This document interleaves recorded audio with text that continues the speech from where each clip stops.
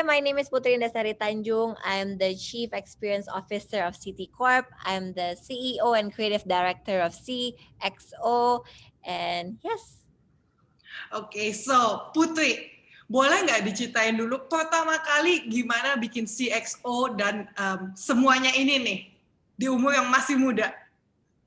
So I started my business when I was 15, di umur 15 tahun. Waktu itu cuma IO kecil-kecilan aja, focusing on birthday parties.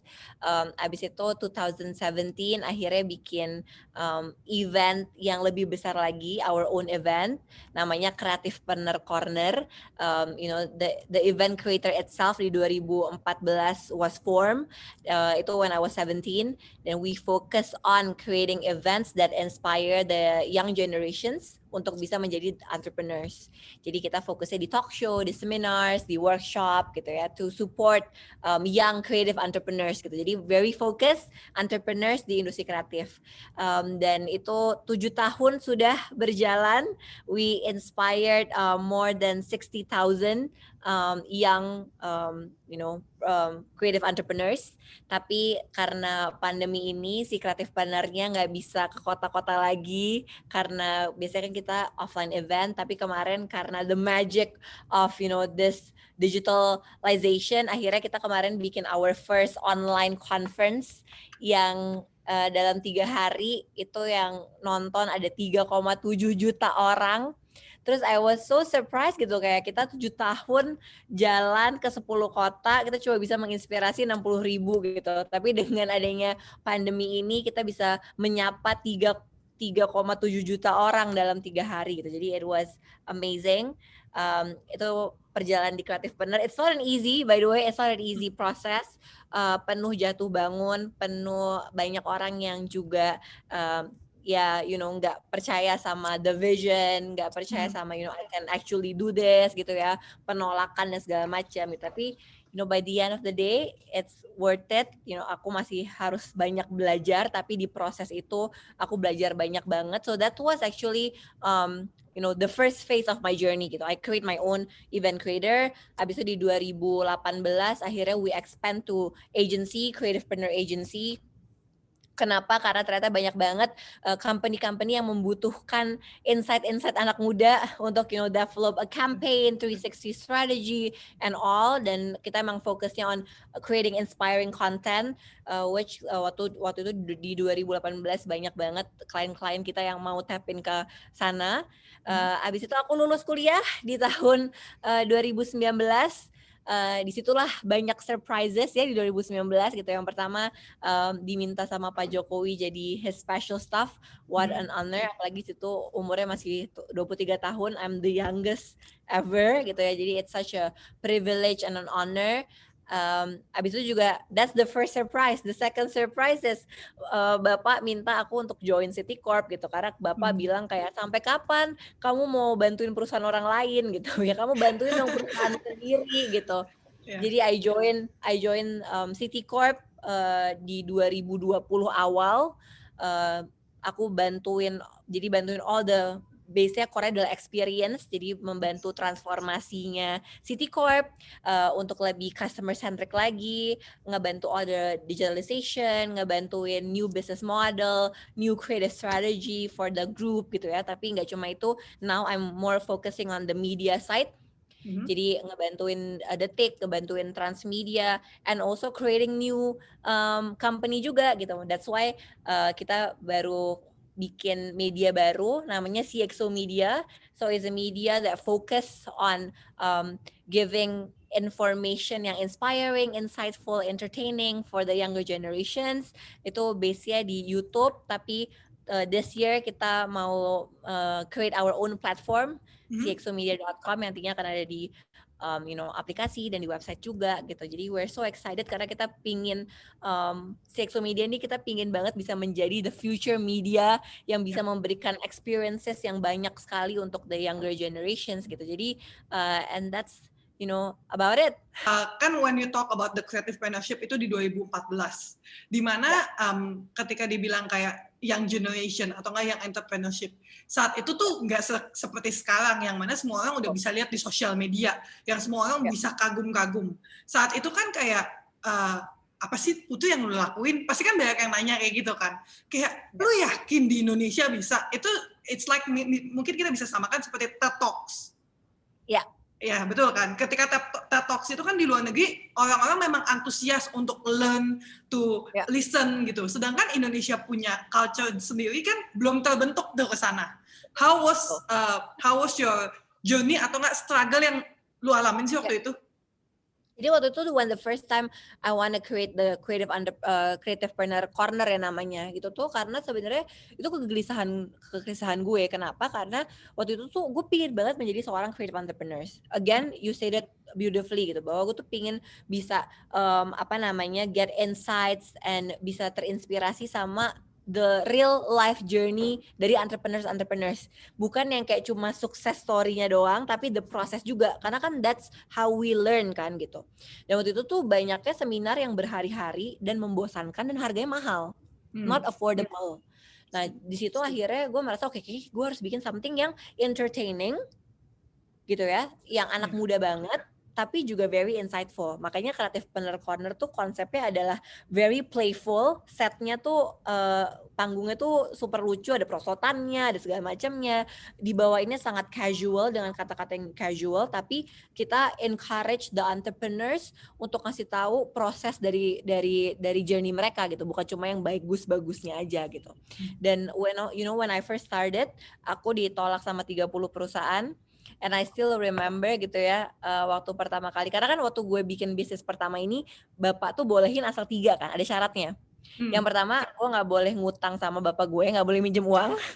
Yang kedua, nggak boleh dimodalin gitu ya. Yang ketiga, nggak boleh cari sponsor di lingkungan perusahaan bapak gitu. And you know what, that's the best, I think ya, that's the best gift yang bapak gue bisa kasih ke gue. Kenapa? Karena akhirnya gara-gara itu gue belajar banyak banget, gue dapet banyak banget gitu ya. Dan gue nggak akan bisa duduk di sini ngobrol sama lo kalau gue nggak been through that process gitu ya. Dan karena itulah gue punya satu pengalaman yang gue inget sampai sekarang gitu ya. Gue waktu itu pitching, ngasih tahu tentang konsep ini ke salah satu perusahaan besar. Terus in the middle of the presentation dia bilang kayak, Put, I think you're crazy gitu. Dia bilang kayak, kenapa nggak lo pulang aja dan lo minta uang ke bapak lo, jangan kayak orang susah gitu ya. Terus dia bilang karena this will never work gitu, dan kayak ya lo minta uang ke bapak lo aja gitu, ngapain lo buang-buang waktu untuk pitching ke kita gitu. And itu heartbreak, sakitnya minta ampun, tapi itu gue jadiin bensin sih untuk kayak I wanna prove myself and I wanna prove to other people that walaupun gue perempuan, gue masih muda, I was 17 years old gitu, gue memang anak seorang businessman gitu, tapi gue juga punya hak dong yang sama untuk berkarya, gue punya hak dong yang sama untuk try new things gitu. Tapi yang bikin paling puas itu adalah sekarang that company kayak udah jadi klien gue for the last 5 years. My main client for the past 5 years. Jadi ya itu awalnya banyak yang meragukan, tapi again aku jadiin semangat dan aku jadiin kayak pembelajaran buat aku juga gitu. Sebenarnya kalau ketika kita ngomong seperti Creativepreneur ini kan, setiap kota didatengin dengan pastinya ide yang berbeda-beda. Karena kita nggak bisa generalisasikan setiap kota kayak, oh mereka harus belajarnya tentang F&B, oh mereka harus belajarnya tentang apa. How you get that gitu loh, untuk bisa research ya. Mungkin sometimes we do research in Google udah pasti. Tapi ada than that, pernah nggak sih ada orang yang approach you terus kayak, kota ini kayak butuh ini deh. Ya. So basically Creativepreneur, acara-acara Creativepreneur itu luas. Jadi kita tuh nggak pernah ngekotakin bahwa kayak kita harus ngebahas F&B in the city atau kita harus ngebahas soal business fashion di sini gitu. Jadi kita tuh biasanya bener-bener luas. Tapi dan topiknya sebenarnya selalu sama. Topiknya itu adalah selalu entrepreneurship 101. Jadi justru kita bawanya selalu di setiap kota tuh cross industries. Jadi kita benar-benar, of course we do research ya, apa yang mereka butuhkan dan segala macam, tapi we wanna push juga sesuatu yang memang belum populer di sana gitu. Jadi we do that, dan kita sebenarnya fokusnya bukan di industrinya tapi di orangnya, di entrepreneurnya. Kira-kira entrepreneur mana nih yang cocok experience-nya dan segala macamnya untuk diterapkan dan untuk bisa menginspirasi anak-anak muda di kota mana gitu. Jadi we do that. Jadi we focus rather than the industry, we focus on the entrepreneurs itself. Oh, terus kalau misalkan tadi kan kita ketika bilang target market of the creative planner, I kinda wonder juga sih, kalau misalkan umurnya tuh sebenarnya yang lu benar-benar pengen targetin tuh umur berapa aja sih? Sebenarnya kalau yang mau gue targetin sih millennials ya. Jadi kita biasanya tuh paling banyak tuh memang 18 to 25 yang datang. Cuma itu selalu nge-surprise gue sih waktu awal-awal karir gue gitu ya. Yang datang tuh ada yang bahkan masih 14 tahun, 15 tahun, bahkan ada yang udah ibu-ibu, bapak-bapak yang wanna learn gitu. Jadi kita open ke semua target audience sih sebenarnya. Cuma memang our main focus itu di 18 to 25. Kan ya. Si Exos ini juga pasti target marketnya seumur milenial juga. Oh. Lu kan milenial 96 yang udah mau masuk Gen Z nih. Iya. From your side itu sebenarnya ada nggak sih perbedaannya atau nggak kayak for the target market itself ada nggak sih yang difficulty-nya di bagian situ? Karena milenial and Gen Z ini orang selalu bilang serupa tapi nggak sama. Ya, ya pastinya serupa tapi tak sama ya. Makanya that's why sebenarnya kan CXO Creative Experience Office nih untuk mungkin banyak belum ngerti banget gitu ya. Berarti si Creative Experience Office ini kan adalah under City Corp ya. This is under City Corp. This is my job saat gue ada di City Corp gitu ya. Jadi basically CXO ini Creative Experience Office we focus on 2 things kan. Yang pertama transform si City Corp itself, business unit yang ada di City Corp. The second one is to build a new one. Tapi memang fokusnya adalah untuk customer yang muda, yang which you're saying the millennials and generation Z gitu. Nah, dan you know the beauty of CXO yang kerja itu adalah millennials and generation Z. Wow. Jadi yang kerja bareng sama kita tuh adalah our target market sebenarnya.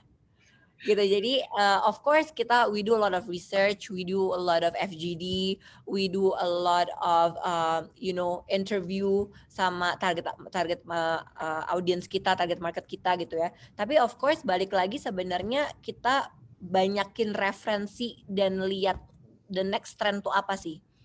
Jadi kayak my leadership style tuh lebih kayak okay, kita tuh setim harus tahu we have to buy the present with future value. Kayak we have to buy masa depan dengan harga sekarang gitu.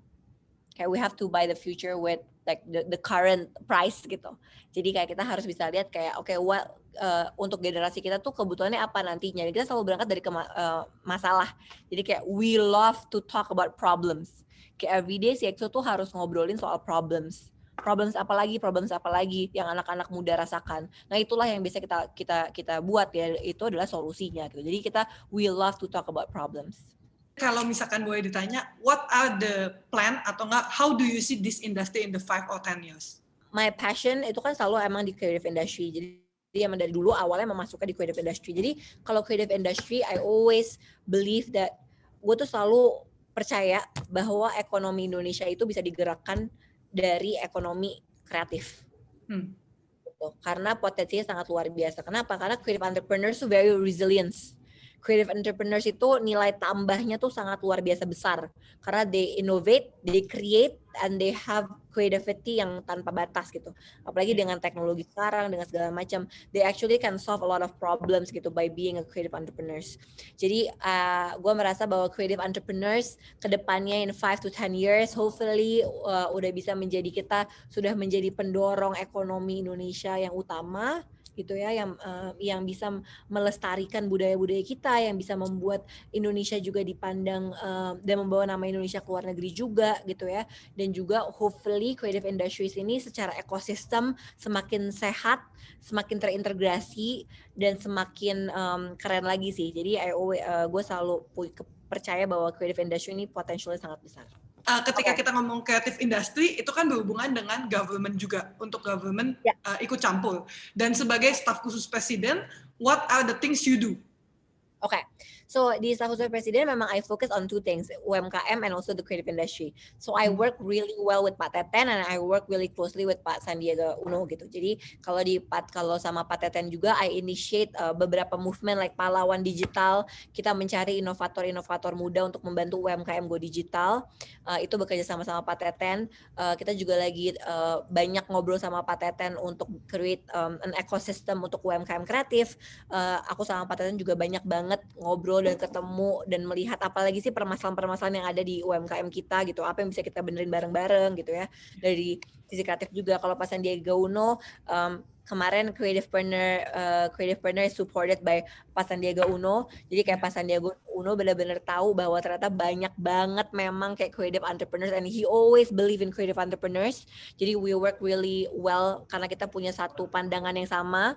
Jadi kalau di sama Pak Sandi kita lagi ada beberapa program-program yang lagi mau dijalanin juga, and I always give him insights, juga curhat-curhatan para pelaku industri kreatif juga gitu. And I'm so thankful that I work really really well with Pak Teten and Pak Sandi, and I learn a lot from them. They're both are my mentors. Jadi kayak I love working with them sih. Jadi hopefully sebelum selesai menjabat nih ada banyak program dan ada banyak hasil nyata yang bisa dirasakan sama banyak orang.